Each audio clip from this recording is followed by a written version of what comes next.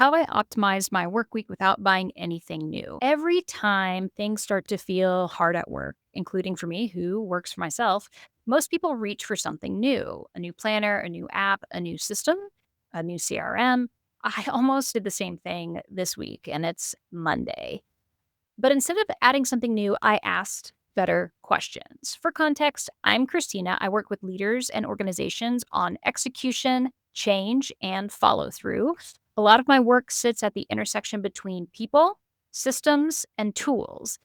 And I see the same pattern everywhere I connect with people, whether I'm working with individual leaders or a leadership team. Here's what I see all the time. When execution starts to break down, we assume the tool itself is the problem, so we replace it. But most of the time, the issue isn't the tool. It's that the system around the tool no longer matches with what people need. So what does that mean, Christina? What does that look like? Before I touch on anything new, for me personally, I paused and I walked through 3 specific questions, and I encourage people to do this too. This is the same process I use when I work with organizations. The first question is, what's working? Not what I wish was working. What's consistently happening even on a hard week when sales are down or you are overwhelmed with clients or things are exploding? What's consistently happening? The second question is, what's not working anymore?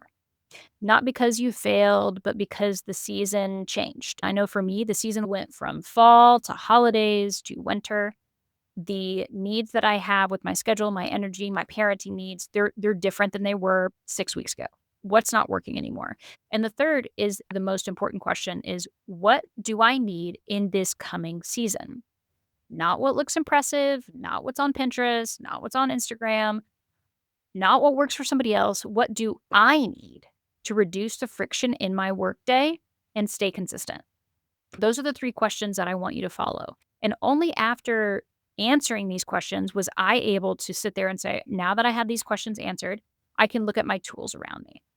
And that's the key difference. I didn't start with tools. I started with people, including myself. And that's what I did first. Then I adjusted the systems. I set out my ideal week, how I wanted to work, my rhythms, my non negotiables, which is incredibly important.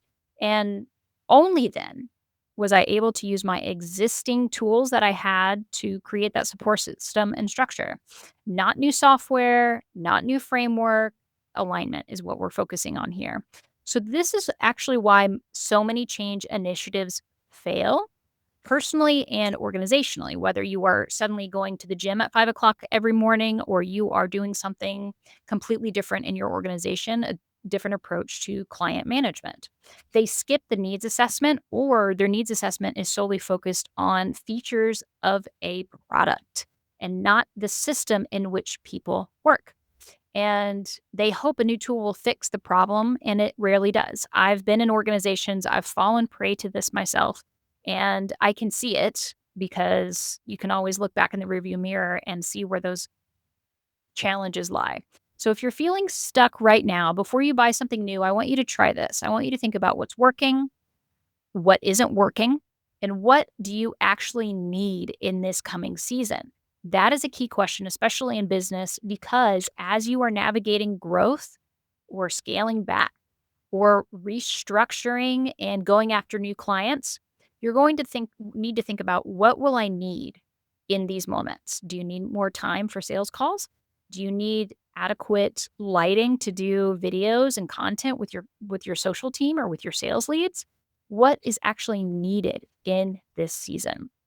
And that shift alone is how everything starts to fit better.